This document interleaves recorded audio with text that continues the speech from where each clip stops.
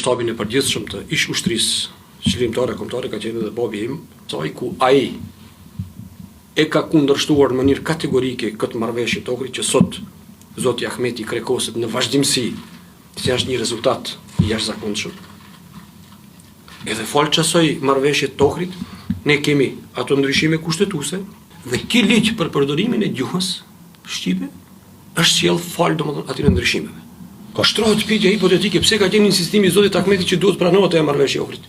Nëse ka qenë insistimi i tij që duhet pranohet ajo marrëveshje e Ohrit, atëherë flet domethënë që në prapavi ne kemi këto defekte, të cilët domethënë si defekt kryesor ke ligjin për përdorimin e gjuhës, ligjin për përdorimin e flamurit. Gjykatësit kushtetues dihet mirë filli se kush i ka caktuar. Edhe me vetë deklarimet e anëtarëve të gjykatës kushtetuese.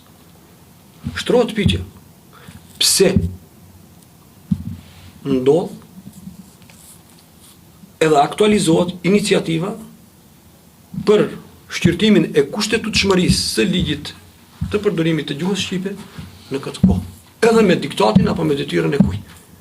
Shtrohet pyetja, në vitin 2001, kur është ndryshuar kushtetuta, si rezultat i marrëveshjes së Ohrit, pse nuk është shqyrtuar, domethënë, kushtetutshmëria e këtij ligji? Çfarë pritania e matutja? Shqiptarët duhet të jenë të qetë në këtë drejtim, sepse ligji për përdorimin e gjuhës, edhe përkundër faktit që nuk është i kënaqshëm, nuk guxon të preket.